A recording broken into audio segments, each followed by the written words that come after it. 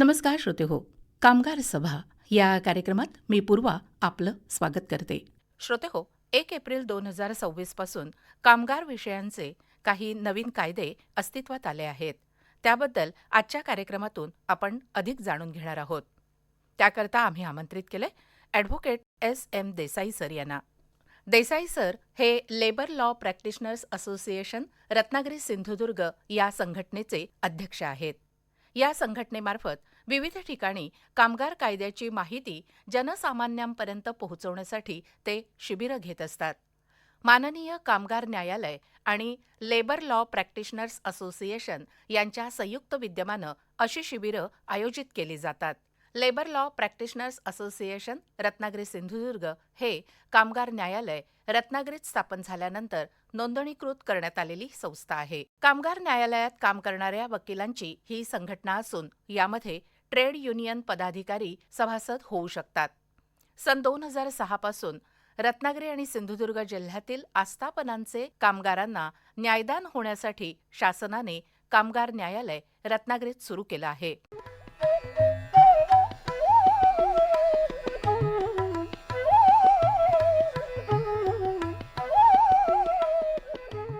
Sir, कार्यक्रमामध्ये आपलं स्वागत. नमस्कार. 1 एप्रिल पासून जे नवीन कायदे अस्तित्वात आलेत त्याविषयी आज आपण चर्चा करणार आहोत. तर काय सांगाल या कायद्यांविषयी?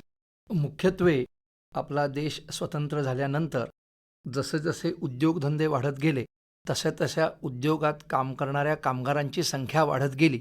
त्यानंतर कामगारांचे विविध प्रश्न शासन दप्तरी येऊ लागले आणि जसे जसे कामगारांचे प्रश्न येऊ लागले त्यांची उकल करण्याच्या हेतूने वेगवेगळे कायदे शासनाने तयार केले. आता आपण याबाबत बघायचं तर मॅटर्निटी बेनिफिट ॲक्ट हा 1961 मध्ये आला. म्हणजेच भारत स्वतंत्र झाल्यानंतर पहिली काही वर्ष महिला इतक्या संख्येने व्यवस्थापनात किंवा कामगार म्हणून काम करत नव्हत्या. पण जशी जशी त्यांची संख्या वाढू लागली तसे तसे त्यांचे महिला म्हणून प्रश्न सुरू झाले. ते प्रश्न शासनापर्यंत पोहोचल्यानंतर शासनाने हा कायदा अस्तित्वात आणला आहे. या कायद्याचा लाभ आज हजारो महिला वेगवेगळ्या आस्थापनात काम करणाऱ्या घेत आहेत. हीच आनंदाची बाब आहे. आता हे जे मूळ कायदे होते ते सुमारे 29 विविध कामगार कायदे एकत्र करून शासनाने आता 4 कायदे आता तयार केले आहेत. या 4 कायद्यांची आपण नावं बघितली तर पूर्वी कायदा असा शब्द होता, आता त्यात कोड असा शब्द आणलेला आहे. म्हणून पहिलं नाव आपण बघूया की 4 एकूण कोड आहेत ते. तर पहिलं दी कोड ऑफ वेजेस 2019, दुसरं आहे दी इंडस्ट्रियल रिलेशन्स कोड 2020, तिसरं आहे the code on social security 2020 आणि चौथा आहे the occupational safety health and working condition code 2020. अशा पद्धतीत ह्या 29 कायद्यातल्या विविध तरतुदी या 4 कायद्यांमध्ये समाविष्ट करण्यात आल्या आणि त्या तरतुदींमध्ये काही सुधारणा करण्यात आली आहे. आता या कायद्यांना नियमावली म्हणजे रूल्स ते आता सध्या फ्रेम करण्याचं काम सुरू आहे आणि ते रूल्स अस्तित्वात आल्यानंतर या कामगार कायद्यांचं योग्य रीतीने अंमलबजावणी ज्याला आपण म्हणतो ती सुरू होईल. आता आपण जर या कायद्यामध्ये बघितलं तर मुख्यत्वे वेज कोड हा सामान्य कामगारांसाठी महत्त्वाचा विषय आहे. वेज कोड म्हणजे काय आहे? आता पूर्वी ऑर्गनाइज्ड सेक्टर त्यांचे कामगार वेगळ्या पद्धतीत जगत होते आणि अनऑर्गनाइज्ड सेक्टर तिथले कामगार वेगळ्या पद्धतीत जगत होते. अनऑर्गनाइज्ड सेक्टरमधील कामगारांना म्हणावे तितकी वेतन संरक्षण किंवा उत्पन्नाचं संरक्षण नव्हतं आणि त्यांना त्या अनुषंगाने कुठलेही फायदेही नीटपणे मिळत नव्हते आणि त्यामुळे शासनाने अनऑर्गनाइज्ड सेक्टरमधील कामगारांसाठीच म्हणजेच जे युनियनमध्ये नाहीत, जे स्वतंत्ररित्या फुटकळ आपण म्हणतो एकटे, काही ठिकाणी 2 कामगार आहेत, काही ठिकाणी 4 कामगार आहेत, तसंच अनऑर्गनाइज्ड सेक्टरमध्ये जे बांधकाम क्षेत्रात विविध पद्धतीने काम करतात, वेगवेगळ्या प्रकारची कामं करतात, त्यांना सुद्धा या कामगार कायद्यांतर्गत समाविष्ट करून त्यांचं वेतन संरक्षण किंवा त्यांना वेगवेगळे बेनिफिट्स मिळतील या पद्धतीत या कामगार कायद्यांची रचना करण्यात आलेली आहे. Occupational safety health and working condition हा कायद्यातले जर आपण मुख्य शब्द बघितले तर त्यातच ह्या गोष्टी उद्घृत होतात असं मी म्हणेन. आता जर आपण वेज कोड म्हटलं तर वेज कोडमध्ये वेतन जे देय आहे ते वेळेत दिलं गेलं पाहिजे. तसंच त्यातल्या कोणत्या वजावटी ह्या कायदेशीर वजावटी असतील याचा विचार करून त्याप्रमाणे ते वेज निश्चित करण्यात आले आहे. आणि आता या कामगार कायद्यामध्ये दोन्ही आपण वाचलं तर ॲप्रोप्रिएट गव्हर्नमेंट ही एक संकल्पना आहे. आता ॲप्रोप्रिएट गव्हर्नमेंट ही संकल्पना याबद्दल सुद्धा या कायद्याअंतर्गत डेफिनेशन म्हणजे आपण ज्याला म्हणतो व्याख्या दिलेली आहे. आता त्या व्याख्येमध्ये जी आपण कोल्स, माइन्स किंवा आपले रेल्वे, बंदरं ह्या ज्या केंद्र शासनाच्या अधिपत्याखाली ज्या संस्था चालतात किंवा बँकिंग, इन्शुरन्स कॉर्पोरेशन, टेलिकम्युनिकेशन्स ह्या ज्या संस्था चालतात त्यांच्यासाठी ॲप्रोप्रिएट गव्हर्नमेंट हे केंद्र शासनाने नियुक्त केलेले हे अधिकारी असतील. आणि तेच जर ज्या वेगवेगळ्या राज्यामध्ये ज्या आस्थापना आहेत त्या आस्थापनातले कामगार आहेत, राज्य शासनाच्या अखत्यारीत कामकाज चालतं त्यांच्यासाठी ॲप्रोप्रिएट गव्हर्नमेंट म्हणजे राज्य शासन आहे. त्यामुळे ॲप्रोप्रिएट गव्हर्नमेंट हे केंद्र शासन सुद्धा आहे आणि राज्य शासन सुद्धा आहे. तर त्या अनुषंगाने त्या ॲप्रोप्रिएट गव्हर्नमेंट ही संकल्पना राबवलेली आहे. तसंच या ॲप्रोप्रिएट गव्हर्नमेंटला मुख्य काम काय आहे तर या सर्व आस्थापनाचे बाबतीत वेगवेगळे जे नियमावली करायची आहे, नियम आणि नियमावली ही ॲप्रोप्रिएट गव्हर्नमेंट किंवा त्यात सुधार हा सुद्धा ह्या ॲप्रोप्रिएट गव्हर्नमेंट मार्फत केला जाईल अशी तरतूद या कायद्यामध्ये ठेवलेली आहे. या कोडमध्ये वेज या शब्दाची व्याख्या दिलेली आहे. वेज म्हणजे वेतन. आता वेतन म्हणजे काय तर वेतन म्हणजे एखाद्या आस्थापनेतल्या कामगाराला आपण म्हणतो की वेतनाची स्लिप मिळते आणि विविध मुद्दे त्यात नमूद केलेले असतात आणि शेवटी त्यात रक्कम लिहिलेली असते. आता हे विविध मुद्दे यातल्या कुठलं मुद्द्याला वेतन म्हणायचं, वेगवेगळ्या कायद्यात वेतन म्हणून जे आपण उपयोगी शब्द आणू शकतो त्या अनुषंगाने विचार केला तर त्यात बेसिक पे, डिअरनेस अलाउन्स आणि दिला असल्यास रिटेनिंग अलाउन्स हे 3 अलाउन्स एकत्र करणे म्हणजे ते मूळ वेतन असं म्हणजे धरलं जाईल या तरतुदीनुसार. आणि आता त्याच्यामध्ये ही व्याख्या करताना असं स्पष्टपणे नमूद केलेलं आहे की वेतन म्हणून जे तुम्ही मोजाल त्यामध्ये कन्व्हेयन्स अलाउन्स असणार नाही, house rent allowance, overtime allowance, bonus किंवा प्रॉव्हिडंट फंड पेन्शनसाठी जे एम्प्लॉयर काही रक्कम भरतो ती वजावट करतो ती या कोणत्याही गोष्टी त्या वेतन या शब्दात गृहीत धरल्या जाणार नाहीत, त्या व्याख्येत येणार नाहीत. आता हे जे वेतन आहे या वेतनाच्या अनुषंगाने वेगवेगळ्या मुद्द्या आधारे म्हणजे वेगवेगळ्या तरतुदी आधारे जी मागणी केली जाईल तेव्हा ह्या वेतन ह्या शब्दाचा अर्थ अशा पद्धतीत घेतला जाईल. नुकसान भरपाईचं कॅल्क्युलेशन करायचं म्हटलं तर हा वेज हा शब्द अशा पद्धतीत पाहिलं जाईल. त्याचप्रमाणे फ्लोअर वेज ही संकल्पना मांडण्यात आली.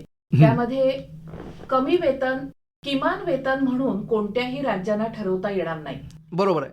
आता हे फ्लोअर वेज जे आहे हे एकूण देशाची भौगोलिक स्थिती, तिथले वेगवेगळे कामगार आणि त्यांची गरजा असं एकत्रितरित्या गृहीत धरून विचारात घेऊन केंद्र शासन फ्लोअर वेज ठरवणार आहे. आणि त्या फ्लोअर वेजच्या पेक्षा कमी वेतन कुठल्याही शासनाला, राज्य शासनाला स्वतंत्ररित्या ॲप्रोप्रिएट गव्हर्नमेंट म्हणून ठरवता येणार नाही, ही ती संकल्पना आहे. आता या कायद्यामध्ये तुम्हाला सांगतो की आणखीन एक इन्स्पेक्टर कम फॅसिलिटेटर असं एक पद निर्माण केलेलं आहे. आता आजपर्यंत कायद्यात कधी फॅसिलिटेटर हा शब्द नव्हता. फॅसिलिटेटर या शब्दाचाच अर्थ असा की येणारे जे कर्मचारी आहेत, कामगार आहेत, त्यांना ते जवळ जाऊन त्यांना फॅसिलिटेट म्हणजे मदत त्यांनी करावी हे त्यात अंतर्भूत केलं आहे. म्हणून त्या शब्दाच्या अर्थानुसारच त्यांचं कामकाज राहणार आहे हेही आपल्याला याच्यातून दिसून येईल. आता हे जे इन्स्पेक्टर कम फॅसिलिटेटर नेमणूक होणार आहे हे राज्य शासनामार्फत म्हणजे ॲप्रोप्रिएट गव्हर्नमेंट मार्फत ती नेमणूक होणार आहे. आणि त्या व्यक्तींना आस्थापना आणि कामगार यांना कायद्याची माहिती किंवा कायद्यातील तरतुदी समजावून सांगणे ही एक त्यांच्याकडे त्याची अंमलबजावणी करणे, कायदेशीररित्या अंमलबजावणी करताना येणाऱ्या ज्या काही त्रुटी आहेत किंवा अडचणी आहेत त्याचं निराकरण करणे ह्या पद्धतीचं एक ॲडमिनिस्ट्रेटिव्ह स्वरूपाचं काम सुद्धा त्यांना करावं लागणार आहे. म्हणजे संवाद न झाल्यामुळे जे गैरसमज निर्माण होतात ते होऊ न देता दोघांनाही ते आवश्यक आहे की जी मॅनेजमेंट असेल त्यांचाही संवाद राहील आणि कामगारांना काही प्रश्न असतील तर तेही त्यांच्याशी संवाद साधतील. बरोबर आहे. आणि म्हणूनच तेच फॅसिलिटेटर असं त्याचे शब्द वापरलेला आहे. आता या नवीन कायद्यांतर्गत राज्य शासनाला बोनस पात्र पगार आणि बोनस रक्कम ठरवून देण्याचा अधिकार हा नवीन कायद्यात देण्यात आलेला आहे. राज्य शासनाने ॲपिलेट अथॉरिटी नियुक्त केलेली आहे, त्याविषयी थोडंसं सांगा. आता तक्रार निवारण करण्यासाठी अधिकारी नेमणुकीचे जे अधिकार आहेत ते राज्य शासनाकडे आहेत आणि त्यात राज्य शासनाने अपिलेट अथॉरिटी नियुक्त करण्याची तरतूद या कायद्यात आहे. आता कायद्याचे उल्लंघन करणारे आस्थापनेस या कायद्यात पेनल्टीची तरतूद ठेवलेली आहे. आता ॲप्रोप्रिएट गव्हर्नमेंट म्हणजेच शासनामार्फत जे अधिकारी असे नेमले जातील त्यांनाच याबाबतचे स्पष्ट अधिकार देण्यात आलेले आहेत. आता या वेज कोड जे आहे त्या अंतर्गत सेंट्रल ॲडव्हायझरी बोर्ड आणि स्टेट ॲडव्हायझरी बोर्ड स्थापन करण्याची तरतूद आहे.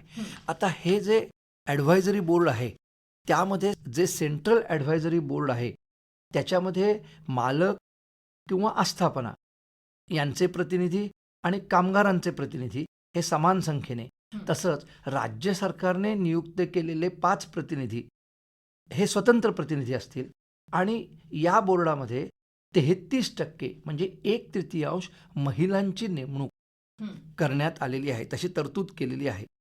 तसंच राज्य शासनाच्या अखत्यारीत ॲडव्हायझरी बोर्ड असेल त्यामध्ये फक्त राज्य सरकार नियुक्त 5 प्रतिनिधी नसणार, पण मालक आणि आस्थापनेचे समान संख्येने प्रतिनिधी आणि त्या बोर्डामध्ये देखील एकूण संख्येच्या 1/3 महिला प्रतिनिधी असणार आहेत. याचं मुख्य कारण काय तर दिवसेंदिवस ज्या महिला वाढीव संख्येने विविध आस्थापनेत आणि वेगवेगळ्या प्रकारची कामं करताना आपल्याला दिसतात, त्यांच्यावर अन्याय होऊ नये, त्यांना योग्य वेतन मिळावं, त्यांना सोशल सिक्युरिटी म्हणजेच त्याही दृष्टिकोनातून सरकारने नियम केलेले आहेत. आणि म्हणून हे नियम ठरवताना तिथे महिलांचं जर बोर्डमध्ये प्रतिनिधित्व असेल तर महिला आपले मुद्दे किंवा आपल्या तक्रारी जास्त प्रभावीपणे मांडू शकतात किंवा त्यावर नियम तयार करू शकतात. ह्या विचाराने महिलांचं प्रतिनिधित्व त्यामध्ये वाढवलेलं दिसतं. आणि हा निर्णय मला वाटतं स्वागतार्ह पण आहे. नक्कीच. कारण महिला कामगार ज्या आहेत त्यांना मोकळेपणाने आपल्या ज्या काही समस्या आहेत त्या सांगता येतील. तसंच आहे की कायद्याच्या अंमलबजावणीबाबतच्या तक्रारीचे निवारण करण्यासाठी अधिकारी नेमण्याची तरतूद या कोडमध्ये आहे आणि तो जो अधिकारी आहे तो अधिकारी गॅझेटेड ऑफिसर या रँकचा अधिकारी असेल अशी स्पष्ट तरतूद या कायद्यात आहे. आता त्यांचं काम काय तर कर्मचारी यांचे देय रकमेबाबतचे जर क्लेम असतील तर त्या क्लेमची माहिती घेऊन आस्थापनेला बोलवून त्यामध्ये सत्यता पाहून जर त्यामध्ये आस्थापनेचा दोष आढळला तर सदर तक्रार निवारण अधिकारी यांना आस्थापनेला याबाबतचा आदेश करण्याचा अधिकार आहे. तसंच देय रकमेच्या 10 पट नुकसान भरपाई देण्याबाबत आदेश करण्याचाही अधिकार आहे आणि हे प्रकरण साधारणपणे 3 महिन्याच्या आत संपवावे असंही त्यांच्यावर बंधन या कायद्यांतर्गत ठेवण्यात आलेलं आहे. त्यामुळे सदर अधिकाऱ्यांना आपल्यासमोर येणाऱ्या तक्रारी निराकरण हे वेळेत करावं लागणार आहे आणि त्याचा फायदा हा सामान्य कामगारांना होणार आहे. तसंच आता या अधिकाऱ्यांनी जेव्हा आदेश देतात तर तो आदेश हा निवाडा स्वरूपाचा असेल आणि त्याची अंमलबजावणी कलेक्टर किंवा डिस्ट्रिक्ट मॅजिस्ट्रेट यांचे मार्फत करण्याची तरतूद या कायद्यात आहे. म्हणजे ज्या जिल्ह्यात आस्थापना आहे त्या जिल्ह्यातल्या कलेक्टरमार्फत किंवा जिल्हा न्यायदंडाधिकाऱ्यामार्फत आदेशाची अंमलबजावणी करण्याची तरतूद आहे. त्यामुळे कर्मचाऱ्यांना देय रकमा आता अडवल्या जाणार नाहीत हे विशेषत्वाने हा कायद्याचे अस्तित्व म्हणजे कायद्याच्या अंमलबजावणीची सुरुवात झाली की आपल्याला दिसून येईल. आता या कायद्याचं कोडचं उल्लंघन केलं तर काय आहे तर त्यात पेनल्टीची सुद्धा तरतूद आहे आणि ती तरतूद सुद्धा याच पद्धतीने अंमलबजावणी त्या तरतुदीची केली जाणार आहे. यातलंच एक महत्वाचं कोड आहे की इंडस्ट्रियल रिलेशन कोड, याविषयी थोडी माहिती. आता इंडस्ट्रियल रिलेशन कोड यामध्ये वर्क्स कमिटी तयार करण्याची एक तरतूद आहे. म्हणजे ज्या आस्थापनेत 100पेक्षा अधिक कर्मचारी काम करत असतील तर शासन अशा आस्थापनांना आदेश देऊन त्यातील आस्थापनेचे पदाधिकारी तसेच कामगार यांचे प्रतिनिधी हे समान संख्येने नेमून अशी कमिटी तयार केली जाईल तसं शासन आदेश देऊ शकेल. आता इंडस्ट्रियल कोडमध्ये सुद्धा ट्रेड युनियन रजिस्ट्रेशनच्या तरतुदी आहेत. आता ट्रेड युनियन का गरजेची आहे किंवा मोठ्या संख्येने जेव्हा कामगार असतात तेव्हा कामगारांच्या अडचणी वैयक्तिकरित्या कामगार आस्थापनापर्यंत पोचवू शकत नाही मग त्या ज्या अडचणी त्यांच्या असतात त्या ट्रेड युनियनमध्ये त्या युनियनकडे पोहोचवतात आणि युनियनचे प्रतिनिधी त्या अडचणी व्यवस्थापनापर्यंत पोहोचवते. त्यामुळे ट्रेड युनियनचं काम मोठ्या आस्थापनेमध्ये अत्यंत महत्त्वाचं काम आहे. ट्रेड युनियन मार्फत कामगारांच्या छोट्या मोठ्या अडचणींचं निराकरण होताना आजही आपण पाहतो वेगवेगळ्या मोठ्या आस्थापनेतून. आणि त्यामुळे अशा ट्रेड युनियनचं रजिस्ट्रेशन कसं असावं, त्याचे किती पदाधिकारी असावेत, याबाबतच्या सर्व तरतुदी या इंडस्ट्रियल रिलेशन कोडमध्ये समाविष्ट केलेल्या आहेत. आता या कोडमध्ये मॉडेल स्टँडिंग ऑर्डर्स बाबत तरतूद आहे. म्हणजेच आता केंद्र सरकार हे कामाच्या बाबतीतील नियम ठरवतं, ज्याला म्हणतात की condition of service and other incidental matters regarding service, या मुद्द्याबाबतचे नियम जे आहेत ही ठरवण्यात येते. त्याला ती मॉडेल स्टँडिंग ऑर्डर्स म्हणतात. आणि मॉडेल स्टँडिंग ऑर्डर्स ज्या आहेत त्या सर्व आस्थापनांना लागू होतात आणि त्या अंगीकारणे आणि त्यानुसार काम करणे हे आस्थापनांचं कर्तव्य आहे. आता मालक आणि कामगार यांच्या दरम्यान जर डिस्प्यूट झालं तर आर्बिट्रेशनची तरतूदसुद्धा इंडस्ट्रियल रिलेशन कोडमध्ये आहे. आता त्यानंतरच या कोडमध्ये इंडस्ट्रियल ट्रिब्युनल, नॅशनल ट्रिब्युनल यांची स्थापना करण्याची सुद्धा तरतूद आहे. आता इंडस्ट्रियल ट्रिब्युनल हे मुख्यत्वे कामगारांना सेवेतून कमी केलं, त्यांना डिसमिस, टर्मिनेशन, डिस्चार्ज अशा प्रकारे कोणतीही नावं देऊन नोकरीतून सेवेतून कमी केलं तर त्यांनी दाद कुठे मागायची, यासाठी इंडस्ट्रियल ट्रिब्युनलची तरतूद केलेली आहे.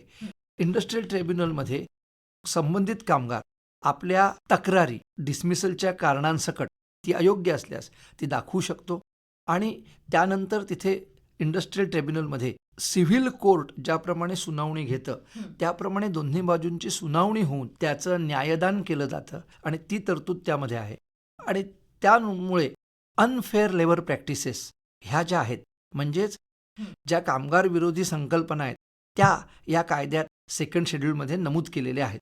त्याचं काही आस्थापनेतून घडत असेल तर त्याविरुद्ध सुद्धा दाद मागण्याची यामध्ये तरतूद आहे. आता हे जे इंडस्ट्रियल ट्रिब्युनल आता नवीन सुरू होणार आहे किंवा या कायद्यात दिलं आहे त्यामध्ये असं म्हटलंय की अंडर सेक्रेटरी कॅडरचे अधिकारी नियुक्त केले जातील अशा स्वरूपात. म्हणजेच याचा अर्थ highly educated officers industrial tribunal म्हणून नेमण्याची यामध्ये तरतूद आहे, जेणेकरून कामगारांचा किंवा आस्थापनेचा प्रश्न किंवा कामगारांचं डिसमिसल योग्य किंवा अयोग्य आहे का हे योग्य रीतीने ठरवता यावं, त्याच्यावर अन्याय होऊ नये, हा यामागचा मुख्य हेतू आहे.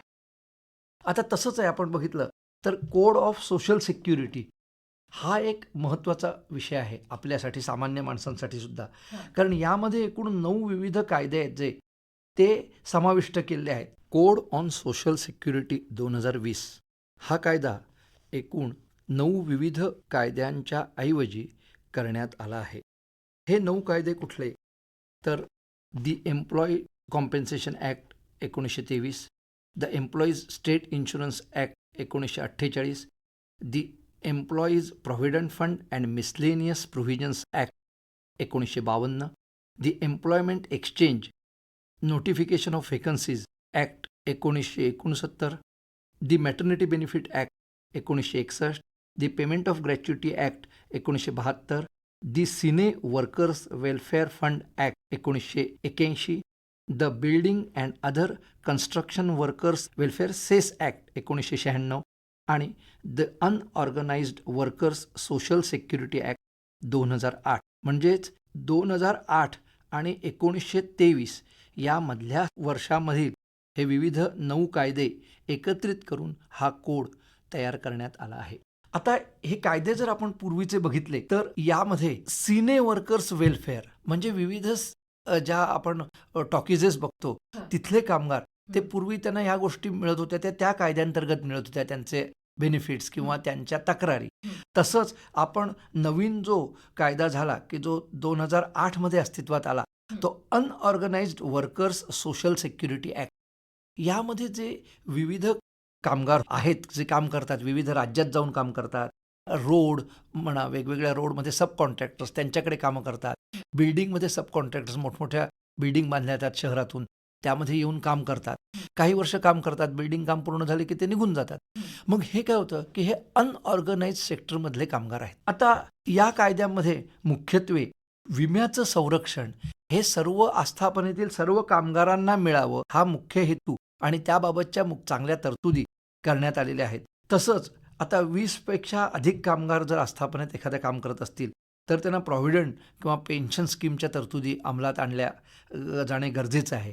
किंवा आपण आता म्हटलं की गिग वर्कर्स आणि प्लॅटफॉर्मवरील कामगारांना सामाजिक सुरक्षितता देण्याबाबत यामध्ये तरतुदी आहेत.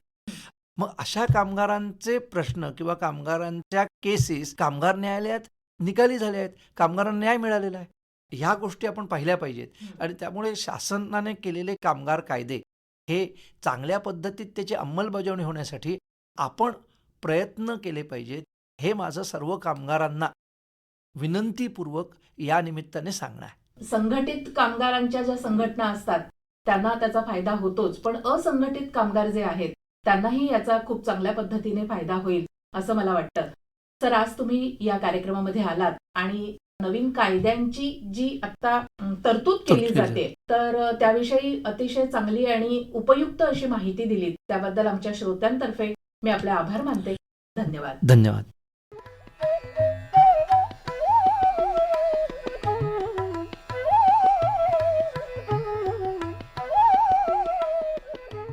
श्रोते हो, कामगार सभा हा कार्यक्रम आपण ऐकलात. या कार्यक्रमामध्ये 1 एप्रिल 2026 पासून नवीन आलेल्या कायद्यांविषयीची माहिती आपण घेतली. कार्यक्रमासाठी निर्मिती सहाय्य पूर्वा खालगावकर यांचं. सादर करते विवेक वानखेडे. निर्मिती आकाशवाणी रत्नागिरी केंद्र.